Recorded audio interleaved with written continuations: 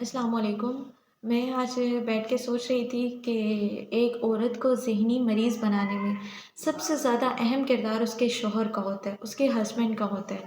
کیونکہ اگر ہم ورلڈ وائڈ دیکھیں نا تو 75% وومن ایسی ہیں، فیمیلز ایسی ہیں کہ جن کے جو مینٹل ہیلتھ ہے وہ بہت زیادہ ویک ہو چکی ہے۔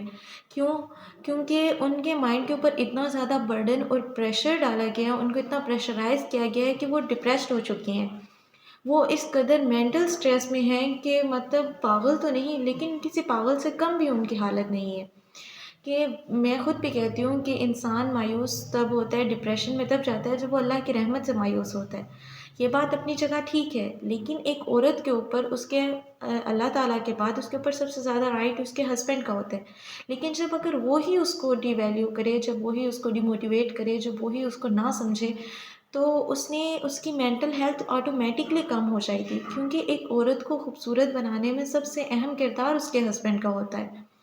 ایک عورت کو سب سے زیادہ مطلب ایک عورت تب تک اتنی خوبصورت ہوتی جائے گی جب تک اس کا شوہر اس کو جتنا خوبصورت بنانا چاہے گا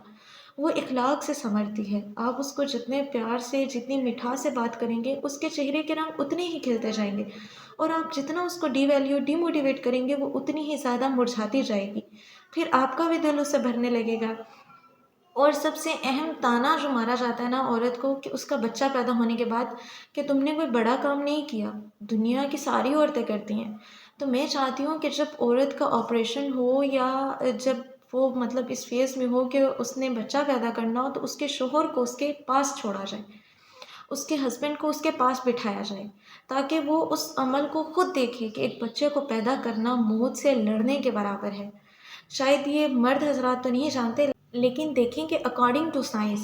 کہ جو آپ کی ڈیتھ پین ریشو ہے وہ 4.5% ہوتی ہے، لیکن جب ایک عورت کو لیبر پینز ہوتی ہیں تو اس کی جو پین کی شدت ہے، اس درد کی جو شدت ہے وہ 5.2 ہوتی ہے، کہ مطلب 5.2% کہ موت کی جو درد ہے نا، تکلیف ہے، اس سے بھی کئی زیادہ اوپر جا کر کے وہ تکلیف برداشت کر کے آپ کو ایک باپ بناتی ہے اللہ کے کرم سے۔ تو اپنی عورتوں کی قدر کرنا سیکھیں، ان کو خدارہ ذہنی مریض نہ بنائیں، ان کو یہ فیل کرائیں کہ وہ دنیا کی سب سے خوبصورت عورت ہے، وہ دنیا کی سب سے ویلیویبل عورت ہے، دنیا میں اس جیسا کوئی بھی نہیں ہے، کیونکہ یہ صرف ایک شوہر کر سکتا ہے،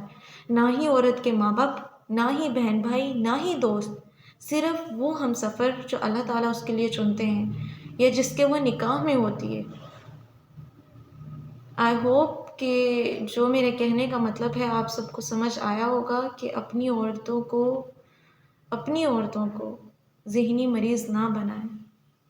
انہیں محبت دیں۔ آپ ان کو جتنی محبت دیں گے نا،